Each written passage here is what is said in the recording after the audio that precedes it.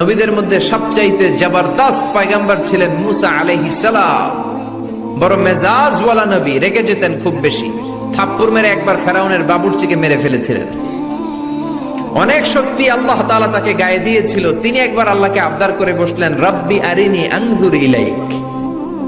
আল্লাহ, আপনি বলেছেন আপনারা দেখা যায় না, কিন্তু আমি দেখতে চাই। আমি কি করতে চাই? জোরে বলেন। আল্লাহ বললেন, লান তারানি, never you can see me, never you can see me. তুমি আমাকে দেখতে পাবে না, কারণ আমাকে দেখা যায় না। সাইয়েদনা মুসা বললেন, আমি দেখতে চাই। আল্লাহ বললেন, দেখা যায় না। মুসা বলে, দেখতে চাই। আল্লাহ বললেন, দেখা যায় না। মুসা আলাইহিস সালাম বললেন, কথা বলেন না কেন?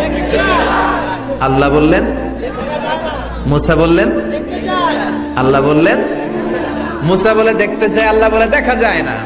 কিন্তু সাইয়েদনা মুসা আলাইহিস সালাম ছেড়ে দেবার পাত্র নয়, হেরে যাবার পাত্র নয়, পিছু হটার পাত্র নয়। মনে যেটা উঠেছে আদায় করার পাত্র হলো মুসা, ঠিক কি না? উনি বললেন, রব্বি আরিনি আনজুর ইলাইক। আল্লাহ, আপনি আমারে দেখা দেন, আমি দেখতে চাই। আল্লাহ বললেন, লান তারানি, never you can see me. ওরে মুসা, এই বায়না ধরো না, আমারে তো দেখা যায় না। এই পৃথিবীর চামড়ার চক্ষু দিয়ে আমাকে দেখা যাবে না। মুসা বললেন, আমি দেখেই ছাড়ব। আল্লাহ বুঝাতে পারেন না, মুসাও ছাড়েন না।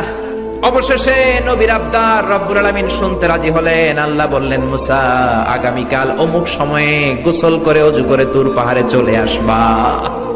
তুমি যখন দেখতেই চাও, আগামীকাল তুর পাহাড়ে চলে এসো। সাইয়েদনা মুসা আলাইহিস সালাম তুর পাহাড়ে চলে এসেছেন, কারণ উনার ফিলিংস আমাদের ফিলিংস একরকম নয়। আমরা কি আল্লাহর কথা শুনি?